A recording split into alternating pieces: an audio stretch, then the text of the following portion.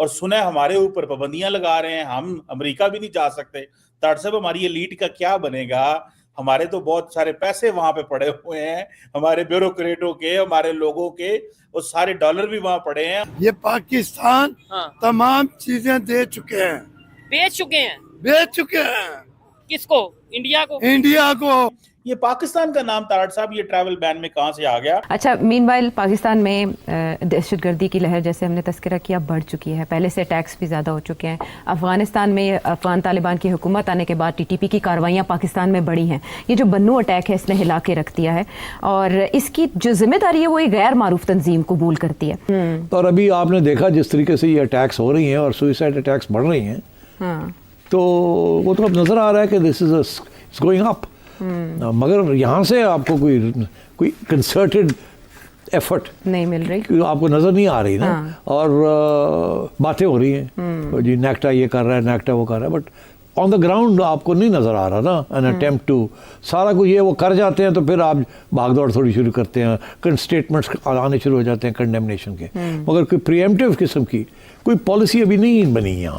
اگر بنی بھی ہوگی تو وہ امپلیمنٹ نہیں ہو رہی ہے, اگر امپلیمنٹ ہو رہی ہے تو نظر نہیں آ رہی, اگر نظر نہیں آ رہی تو کامیاب نہیں ہے. So you know they really have to. مگر میں آپ کو ایک بات بتاؤں, یہ بڑی سیریس ایشو ہے. جب دو نیبرلی گورنمنٹس فیصلہ کر لیں کہ آپ کو ہم نے چین سے نہیں بیٹھنے دینا, ایک ویسٹ پہ اور ایک ایسٹ پہ, انڈیا اور افغانستان, ٹھیک, اور آپ کے ملک کے اندر اندرونی حالات میں آپ کی ڈویژنز ہوں اتنی, جس قسم کی آپ کی ڈویژنز ہیں, اور آپ کی جو حکومت ہے, یہ جو سیٹ اپ ہے, اس کے اوپر لیجیٹیمیسی کا ایک سوال کھڑا ہوا, تو یہ تو it's difficult to handle this situation. In order to handle any difficult situation, first you need unity within yourself.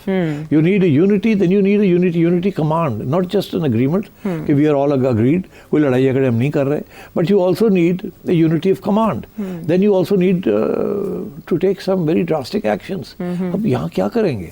یہ افغانستان میں جا کے آپریشنز تو کر نہیں سکتے جو امریکہ نے کیا تھا, بوٹس آن گراؤنڈ کر دیے. اب یہ تو نہیں کر سکتے نا, they can't send forces into Afghanistan to کہ طالبان کے جو ہائیڈ آؤٹس ہیں وہاں جا کے اٹیک کریں, اور جو جہاں بلوچستان لبریشن فرنٹ کے جو فائٹرز ہیں ان کے جو کیمپس ہیں وہ افغانستان کے اندر وہاں بمباری کریں. ایک آدھ باری کر کے اس کے بعد وہ شور پہ جاتا ہے, تو وہ تو نہیں کر سکتے. تو وہ تو پالیسی ابھی نہیں بنی کہ ہم نے یہ جنگ کو لے کے جانا ہے آگے. ابھی تو شاید اگر کوئی پالیسی بنے گی یا بن سکتی ہے تو وہ تو یہ ہے کہ select targets, but not a military campaign.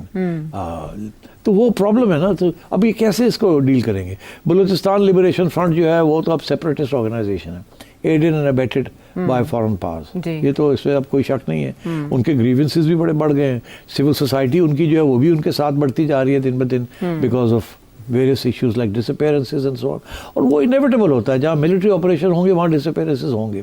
Kashmir میں ہوں گے ڈسپیئرنسز, بلوچستان میں ہوں گے ڈسپیئرنسز, جہاں بھی ملٹری آپریشن ہوگا اگینسٹ انسرجنس اور اگینسٹ فریڈم فائٹرز اور اگینسٹ سیسیشنسٹ, جو بھی آپ ان کو کہہ لیں, اور جہاں جہاں وہ جائیں گے, جہاں جہاں وہ ان کے قدم نظر آئیں گے, جو ان کو پناہ دے گا, جو ان کو کھانا پینا دے گا, جو تو سب کو وہ پکڑ کے لے جاتے ہیں. This happens everywhere where there are military operations. That's why وہ کہتے ہیں نا کہ جہاں ملٹری آپریشنز ہو رہے ہو وہاں مارشل لا ہوتا ہے. وہاں بہت سی ایسی چیز, وہاں نارمل قانون نہیں چلتا.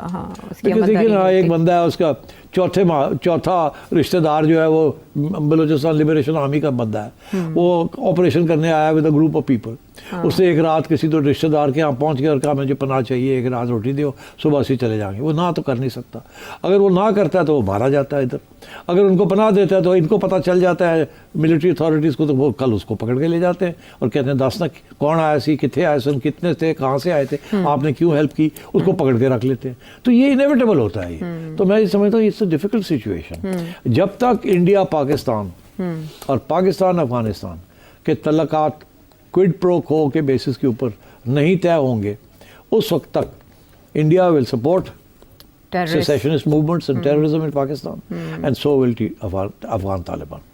So this is why it requires a very major shift in strategic thinking. Right. But میرا خیال ہے کہ ہمارے لیے بڑے پرابلمس ہیں. ہماری ساری ٹریننگ ہی ایسی ہوئی ہوئی ہے کہ ہم میجر اسٹریٹجک شفٹس نہیں کر پاتے. بیکاز اس کے لیے جس قسم کی ڈومیسٹک اسٹرینتھ اور یونٹی چاہیے, اور with in the forces also, because